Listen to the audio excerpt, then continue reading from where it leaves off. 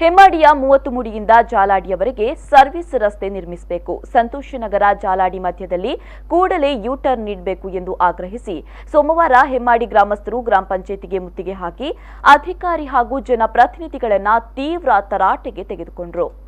ದಾರಿಗಾಗಿ ಧ್ವನಿ ಹೋರಾಟ ಸಮಿತಿಯ ಪ್ರಮುಖರಾದ ಶಶಿಧರ್ ಹೆಮ್ಮಾಡಿಯವರು ಮಾತನಾಡಿ, ಗ್ರಾಮ ಪಂಚಾಯತ್ ಕೂಡಲೇ ರಾಷ್ಟ್ರೀಯ ಹೆದ್ದಾರಿ ಪ್ರಾಧಿಕಾರ ಹಾಗೂ ಹೆದ್ದಾರಿ ಕಾಮಗಾರಿ ಗುತ್ತಿಗೆ ವಹಿಸಿಕೊಂಡಿರುವ ಐಆರ್ಪಿ ಕಂಪನಿಯ ಅಧಿಕಾರಿಗಳನ್ನು ಕರೆಸಿ ಗ್ರಾಮಸ್ಥರ ಬೇಡಿಕೆಗಳನ್ನು ಈಡೇರಿಸುವ ಬಗ್ಗೆ ಚರ್ಚೆ ನಡೆಸಲಿ.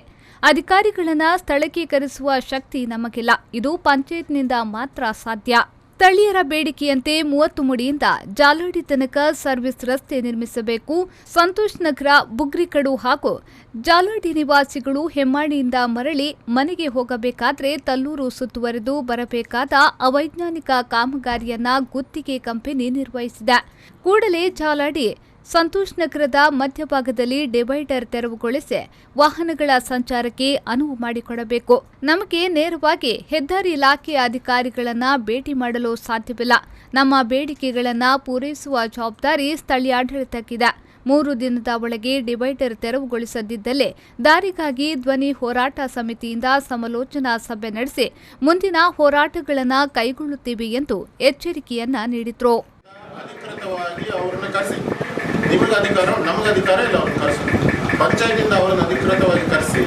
ಮತ್ತು ನಮ್ದೊಂದು ಡಿಮಾಂಡ್ ಅಂದರೆ ಸರ್ವಿಸ್ ರೋಡ್ ಆಗಬೇಕು, ಪಕ್ಕದಲ್ಲಿರೋ ಮಡ್ ರೋಡ್ ಓಪನ್ ಮಾಡಿ ಕೊಡಬೇಕು. ಅದಕ್ಕಿಂತ ಮುಖ್ಯವಾಗಿ ಫಸ್ಟಿಗೆ ಡಿವೈಡರ್ ಓಪನ್ ಮಾಡಿ ಕೊಡಬೇಕು. ಡಿವೈಡರ್ ಓಪನ್ ಮಾಡಲಿಕ್ಕೆ ನಾವು ಪಂಚಾಯತಿಗೆ 3 ದಿವಸ ಟೈಮ್ ಕೊಡಬೇಕು.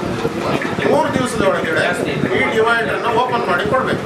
ಅದಕ್ಕೆ ಬೇಕಾದ ಯಾವ ಅಧಿಕಾರಿಗಳಿದ್ದಾರೆ, ಯಾರಿದ್ದಾರೆ ಅವರು ನೀವು ಅಷ್ಟರೊಳಗೆ ಕರೆಸಿ ಎಂತ ಬೇಕಾದರೂ ಮಾಡಿ 3 ಡೇಸಲ್ಲಿ ನಮ್ಮ ಆ ಡಿವೈಡರ್ ಓಪನ್ ಆಗಬೇಕು. ಇಲ್ಲದೇ ಇದ್ದರೆ ಮತ್ತೆ ಮುಂದಿನ ಹೋರಾಟ 4th ಡೇ 4ನೇ ದಿವಸಕ್ಕೆ ನಾವು ಬೇರೆ ಏನೋ ಹೋರಾಟ ಮಾಡಿದ್ವಿ.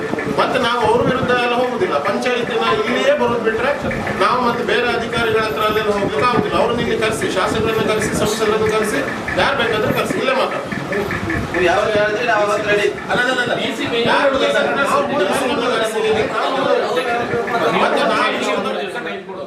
ಹೋರಾಟ ಸಮಿತಿಯ ಗೌರವಾಧ್ಯಕ್ಷ ಕೆಂಚನೂರು ಸೋಮಶೇಖರ್ ಶೆಟ್ಟಿ ಮಾತನಾಡಿ, ಜಾಲಾಡಿಯಿಂದ 30 ಮುಡಿಯ ತನಕವೂ 2 ಕಡೆಗಳಲ್ಲಿ ಸರ್ವಿಸ್ ರಸ್ತೆಯ ಅಗತ್ಯವಿದೆ. ಸಂಬಂಧಪಟ್ಟವರ ಬಳಿ ಈ ಬಗ್ಗೆ ಮಾತನಾಡಿದರೆ ಹೆಮ್ಮಾಡಿ ಭಾಗದಲ್ಲಿ ಭೂಸ್ವಾಧೀನ ಪ್ರಕ್ರಿಯೆ ನಡೆದಿಲ್ಲ ಎಂದು ಸಬೂಬು ನೀಡುತ್ತಾರೆ. ಆದರೆ ಯಾವ ಭಾಗಗಳಲ್ಲಿ ಯಾವ ಸರ್ವೆ ನಂಬರ್ನಲ್ಲಿ ಮತ್ತು ಯಾವ ಕಾರಣಕ್ಕೆ ಭೂಸ್ವಾಧೀನ ಪ್ರಕ್ರಿಯೆ ನಡೆದಿಲ್ಲ ಎಂದು ಸ್ಪಷ್ಟಪಡಿಸಬೇಕು ಎಂದರು. ಅದನ್ನು ಈಗ ಮತ್ತೇನು ಮಾಡಲಿಕ್ಕೆ ಆಗೋದಿಲ್ಲ. ನಮಗೆ ರಸ್ತೆ ಓಟ್ ಬಂದಾಗ ನೀವು ರಸ್ತೆ ಮಾಡಿ ಕೊಡೋದಾಗ ಮಾತ್ರ ನಿಮ್ಗೆ ಓಟ್ ಅಂತೇಳಿ ನಾವು ಅವತ್ತು ಇದು ಮಾಡೋದು. ಯಾವ ಪಕ್ಷದವರೇ ಇಲ್ಲ, ಅದನ್ನು ಕೇಳೋದು. ಅಲ್ಲಿವರೆಗೆ ನಮ್ಗೆ ಏನಂತ ಹೇಳೋದು ಬಿಟ್ಟು. ಅದಕ್ಕೆ ನಮಗೆ ಜಾಲಾಡಿಯಿಂದ ಇಲ್ಲಿ 30 ಮುಡಿಯವರೆಗೆ 2 ಕಡೆಯಲ್ಲಿ ಸರ್ವಿಸ್ ರೋಡ್ಬೇಕು. ಸರ್ವಿಸ್ ರೋಡಿಗೆ ಅವ್ರು ಏನು ಹೇಳ್ತಾರೆ, ಪ್ರಾಧಿಕಾರದವ್ರು ಏನು ಹೇಳ್ತಾರೆ ಕೇಳಿದ್ರೆ ಸರ್ವಿಸ್ ರೋಡಿಗೆ ಲ್ಯಾಂಡ್ ಎಕ್ವಿಷನ್ ಬಾಕಿ ಇದೆ ಅಂತಾರೆ. ಅದು ಎಲ್ಲಿ ಬಾಕಿ ಇದೆ, ಯಾವ ಸರ್ವೆ ಬಾಕಿ ಇದೆ, ಯಾಕೆ ಬಾಕಿ ಇದೆ ಅಂತ ಹೇಳಿದ್ರೆ ಅವ್ರು ನಮ್ಗೆ ಹೇಳೋದು. ಅದು ಲ್ಯಾಂಡ್ ಎಕ್ವಿಷನ್ ಆಗಿದೆ ಹೋದರೆ ಅವ್ರ ಮೆಷಿನ್ ಎಲ್ಲ ಸೀಸ್ ಮಾಡ್ತಾರೆ. ಯಾರದ್ದು ಅವರದ್ದು. ಯಾಕಂದರೆ ಲ್ಯಾಂಡ್ ಕೊಡದೆ ಅವ್ರಿಗೆ ಹೋಗಿ ಏಕೈಕೆ ಹೋಗಿ ಹೈವೇ ನಮ್ಮದು.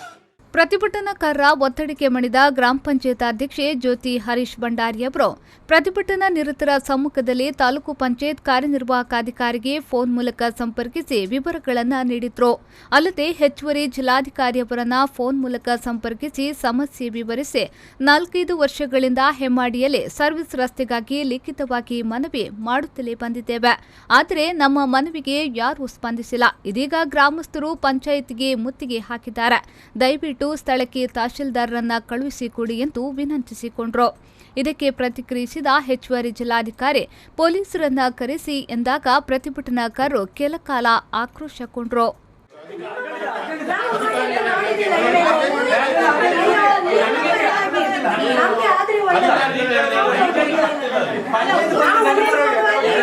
ಈಗ ನಾವು ನಿಮ್ಮ ಮೇಲೆ ಪ್ರೆಷರ್ ಆಗ್ತಾ ಈಗ ಎಲ್ಲೇ ಹೋಗಿ ನೀವು ಒಂದು ನಿಯೋಗ ನಮ್ಮವರು ಬರ್ತಾರೆ.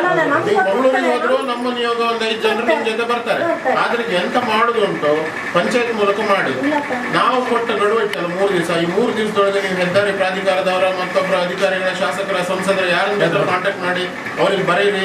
ಅದು ಎಲ್ಲ ಮಾಡಿರಿ ಹೇಳಿ ನಮ್ಗೊಂದು 3 ದಿವಸ ಬಿಟ್ಟು ನಾವು ಸೇರುತ್ತಲ್ಲ ಅಷ್ಟೊತ್ತಿಗೆ ನಮಗೂ ಹೇಳಿ ನೀವು ಏನೇನು ಮಾಡಿದ್ರಿ ಅಂತ ಹೇಳಿ.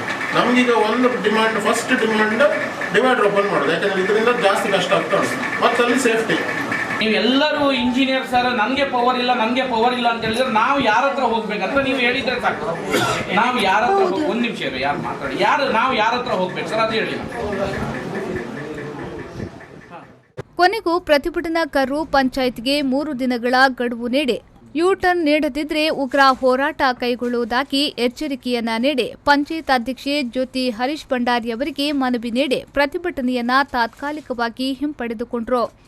ಈ ವೇಳೆಯಲ್ಲಿ ಪಂಚಾಯತ್ ಸದಸ್ಯರಾದ ಸೈಯದ್ ಯಾಸೀನ್, ರಾಘವೇಂದ್ರ ಪೂಜಾರಿ, ಸುಧಾಕರ್ ದೇವಾಡಿಗ, ಆಶಾ ಆನಂದ್, ಪಿಡಿಒ ಮಂಜು ಬಿಲ್ಲವ, ದಾರಿಗಾಗಿ ಧ್ವನಿ ಹೋರಾಟ ಸಮಿತಿ ಅಧ್ಯಕ್ಷ ರಾಜು ಪೂಜಾರಿ ಕಾಳೂರು ಮನೆ, ಕಾರ್ಯದರ್ಶಿ ಜನಾರ್ದನ್ ಪೂಜಾರಿ, ರಾಘವೇಂದ್ರ ಕುಲಾಲ್ ಮೊದಲಾದವರು ಭಾಗವಹಿಸಿದ್ರು. ಶ್ರೀಕಾಂತ್ ಹೆಮ್ಮಾಡಿ, ವಿ4 ನ್ಯೂಸ್ 24/7 ಕುಂದಾಪುರ.